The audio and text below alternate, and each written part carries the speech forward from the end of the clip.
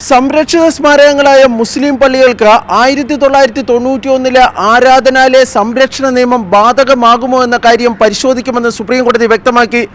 Chief justice Sanjeev ഖന്നയുടെ അധ്യക്ഷതയിലുള്ള supreme കോടതി ബെഞ്ചാണ് ഇക്കാര്യം വ്യക്തമാക്കിയത്.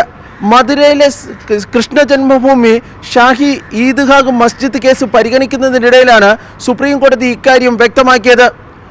1920 പുറപ്പെടുവിച്ച വിജ്ഞാപന പ്രകാരം മധുരയിലെ ഷാഹി ഈദ്ഗാഹ് മസ്ജിദ് സംരക്ഷിത സ്മാരകമാണ്.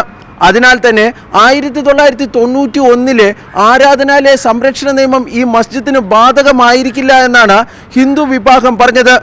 എന്നാൽ ഇക്കാര്യത്തിൽ വിശദമായ പരിശോധന വേണമെന്നാണ് ചീഫ് ജസ്റ്റിസ് വ്യക്തമാക്കിയത്. ഇക്കാര്യത്തിൽ ഒരു വിശദമായ വാദം കേൾക്കൽ ഉണ്ടാകുമെന്നും അദ്ദേഹം അറിയിച്ചു. തുടർന്നാണ് ഈ മധുരയിലെ കേസ് ആരാധനാലയ സംരക്ഷണ നിയമം ചോദ്യം ചെയ്തുകൊണ്ടുള്ള മറ്റ് ഹർജികൾക്കൊപ്പം പരിഗണിക്കാമെന്ന് സുപ്രീം കോടതി വ്യക്തമാക്കിയത്.